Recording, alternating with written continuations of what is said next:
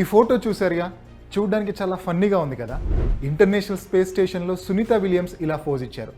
NASA share చేసిన ఈ ఫోటోని గమనిస్తే ఆమె ముందు ఓ రోబో కనిపిస్తుంది. దాని పేరు ఆస్ట్రోబీ. క్యూబ్ షేప్లో ఉండే రోబో పేరుకు తగ్గట్టుగానే తేనెటీగలా కనిపిస్తుంది. చూడ్డానికి చిన్నగానే కనిపిస్తున్న స్పేస్ స్టేషన్లో ఆస్ట్రోనాట్స్కి ఇదే పెద్ద దిక్కు. ముఖ్యమైన పనులన్నీ చేసి పెడుతూ ఎంతో హెల్ప్ చేస్తుంది.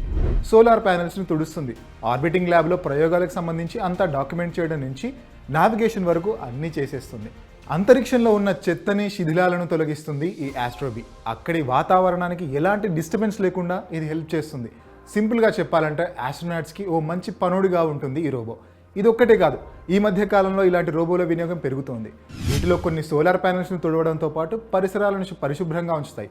మనుషుల్ని స్పేస్లోకి పంపించడం అంటే చాలా ఖర్చుతో కూడుకున్న పని, పైగా రిస్క్ కూడా ఉంటుంది. హ్యూమన్ స్పేస్ ఫ్లైట్తో పోల్చి చూస్తే రోబోటిక్ మిషన్స్కి అయ్యే ఖర్చు తక్కువే అని చెబుతున్నారు స్పేస్ ఎక్స్పర్ట్లు.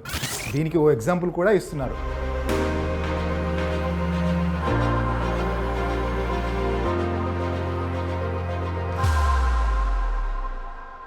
2021లో నాసా మార్స్ మిషన్ కోసం ప్రిజర్వెన్స్ రోవర్ని పంపింది.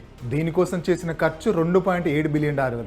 అదే మార్స్ పైకి మనుషులను పంపితే కనీసం $100 బిలియన్ ఖర్చు అవుతుందని అంచనా. సో ఎకనామికల్గా చూసుకుంటే రోబోలు ఎంత పొదుపు చేస్తున్నాయో ఈ లెక్కలే చాలా క్లియర్గా చెబుతున్నాయి. నాసా తయారు చేసిన రోబోల లిస్టులో మార్స్ రోవర్స్, ప్రిజర్వెన్స్తో పాటు క్యూరియాసిటీ ఉన్నాయి. ఇప్పుడు ఇంకా ఈ జాబితాలో ఇంకెన్నో రోబోలను చేర్చాలని చూస్తోంది నాసా. నిజానికి స్పేస్లోకి రోబోలను పంపించే ప్రాసెస్ని 1970లోనే మొదలుపెట్టింది నాసా. మార్స్ మిషన్స్ కోసం వైకింగ్ 1, వైకింగ్ 2 ల్యాండర్స్ని తయారు చేసింది. ఆ తర్వాత ఏపఫర్, బ్రూయి లాంటి మరికొన్ని న్యూ జనరేషన్ స్పేస్ రోబోట్స్ని డెవలప్ చేసింది. సంచలన ప్రయోగాలతో దూసుకుపోతున్న మన ఇస్రో కూడా ఈ రోబోల తయారీపై ఫోకస్ పెట్టింది. చంద్రయాన్ 3 ప్రయోగం కోసం తయారు చేసిన ప్రజ్ఞాన్ రోవర్ లూనార్ సౌత్ పోల్పై సేఫ్ ల్యాండింగ్ అయి ప్రపంచవ్యాప్తంగా సంచలనం సృష్టించింది. ఇప్పుడు ఇస్రో వైపు అందరూ చూస్తున్నారంటే అందుకు కారణం ఈ ప్రయోగమే. తర్వాత చంద్రయాన్ 4 కోసము సిద్ధమవుతోంది ఇస్రో. టెక్నాలజీ అప్డేషన్ అనేది ఎంత ముఖ్యమో ఈ స్పేస్ ఎక్స్పెరిమెంట్సే చెప్తున్నాయి.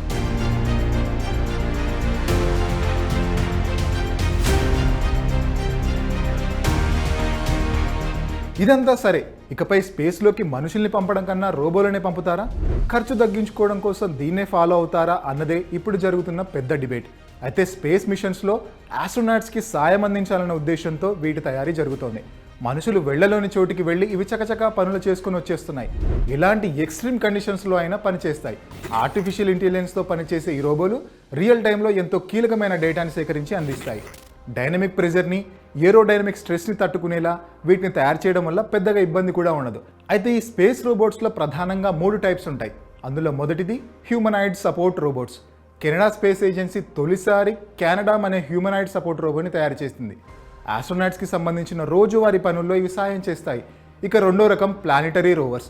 అంతరిక్ష ఉపరితలంపై ఆస్ట్రోనాట్స్ తిరగలేని చోట ఇవి వెళ్ళి నమూనాలు సేకరిస్తాయి. మూడో రకం విషయానికి వస్తే ఇవి ఇంటర్నల్ రోబోట్స్. ఇంటర్నేషనల్ స్పేస్ స్టేషన్లో ఆస్ట్రోనాట్స్కి హెల్ప్ చేస్తాయి, ఫీడ్బ్యాక్ కూడా ఇస్తాయి. సో ఓ మనిషి చేసే పనులన్నీ చేస్తాయి. అందుకే స్పేస్ రోబోలపై ఇంతగా ఫోకస్ పెడుతున్నాయి ఈ దేశాలు. ఏటా కోట్ల డాలర్ల మేర అంతరిక్ష ప్రయోగాల కోసం ఖర్చు పెడుతున్నారు. ఈ ఖర్చులో ఎంతో కొంత తగ్గించుకోవడానికి ఉన్న మార్గాల్లో ఈ స్పేస్ రోబోల తయారీ ఒకటి. అందుకే నాసా, ఇస్రో సంస్థలు ప్రైవేట్ సంస్థలతో చేతులు కలిపి ఈ రోబోలను తయారు చేసేందుకు ప్లాన్ చేస్తున్నాయి. మొత్తానికి స్పేస్ రోబోలు త్వరలోనే వ్యోమగాములను ఓవర్టేక్ చేసేలా కనిపిస్తున్నాయి.